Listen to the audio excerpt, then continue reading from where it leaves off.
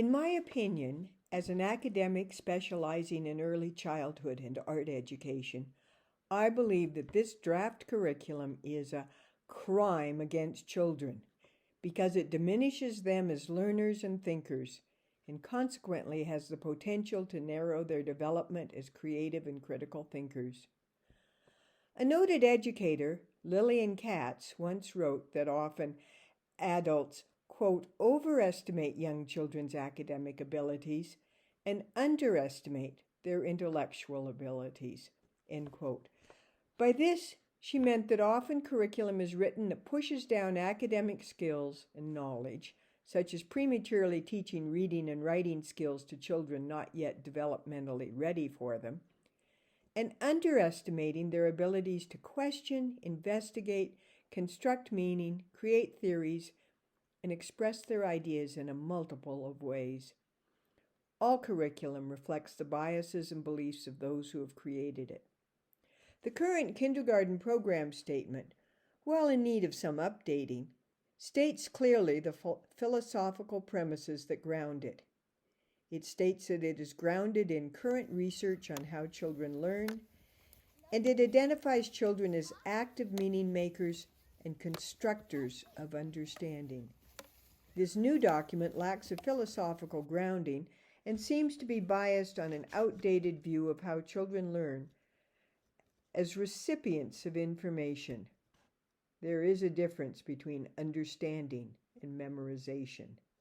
For example, a very young child may be able to rote count to 10 or sing the alphabet song, but that does not mean that they understand what these symbolic forms mean. I was educated in a time when the stress was on the memorization of facts. I learned that I was no good in math because I was not given opportunities to construct and visualize my understanding of mathematical patterns and relationships. Social studies, with its emphasis on facts, was boring. I might pass the test, but forget the facts shortly thereafter. Science was for boys, not girls. I also learned that I couldn't carry a tune and couldn't draw. I became an educator precisely because I didn't want children to go to school to learn what they can't do, because the content is developmentally inappropriate or focused on the transmission of information.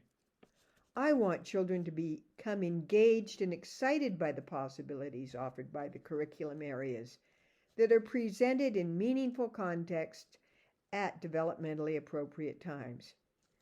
This draft curriculum is a step back into the past when children were viewed as empty vessels to be filled up, and as teacher's job was to deliver the content, rather than grounded in current research about the relationship between teaching and learning. To truly educate our children, a 21st century curriculum must be grounded in current research and in a vision of children and teachers engaged in a responsive curriculum based on concepts and ideas that can be explored in diverse ways to meet the needs of diverse learners. This draft curriculum fails on all of these accounts. Thank you.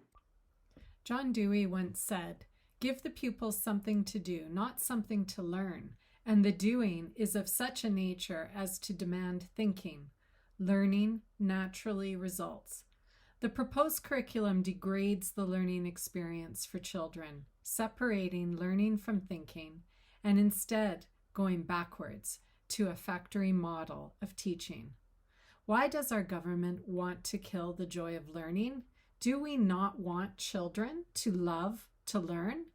To quote Loris Malaguzzi's 100 Languages poem, they tell the child to think without hands, to do without the head, to listen and not to speak, to understand without joy.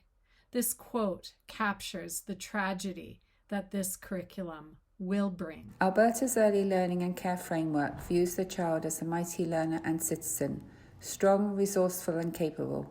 This image affirms each child's right to be listened to be treated with respect, and to participate in daily decisions that affect him or her. This understanding of each child as a citizen and as a strong, resourceful and capable learner shifts the intention of our interactions from doing to a child toward participating with each child.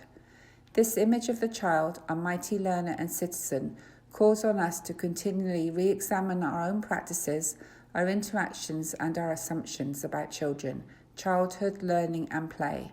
And this quote was taken from Alberta's Early Learning and Care Framework.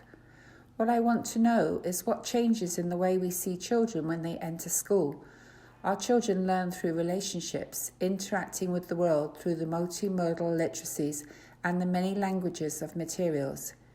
If we allow children to participate in their own learning, it becomes meaningful to them. As educators, we work alongside children, co-researching, scaffolding their learning, and allowing them to discover, solve problems, and test theories. This is the image of a mighty learner and citizen and who we want our child to become. Carol Pisani, Early Years Educator. As an early childhood educator, teaching everything from kindergarten through grade 6 over the last decade, I know from my experiences that each and every day I learn from children equally as much as they learn from me.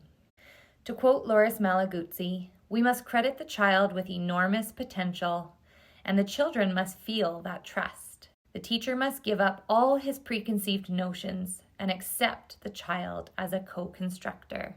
In my classroom, I work to create a safe and comfortable environment that fosters creativity, relationships, and inclusion for all children. This gives children the opportunity to express themselves, share their feelings, and make and learn from mistakes in a healthy and safe way. This new curriculum has 2 times the curricular outcomes, most of which are developmentally inappropriate. It values knowledge over understanding, facts over critical thinking, rote memorization over creativity, and worst of all, increased learning outcomes over relationship, emotional literacy, mental health, and creative and critical thinkers. We need to stand up and speak up for our beautiful children before it's too late. To end off with another Loris Malaguzzi quote, learning and teaching should not stand on opposite banks and just watch the river flow by. Instead, they should embark together on a journey down the water. Through an active, reciprocal exchange, teaching can strengthen learning how to learn.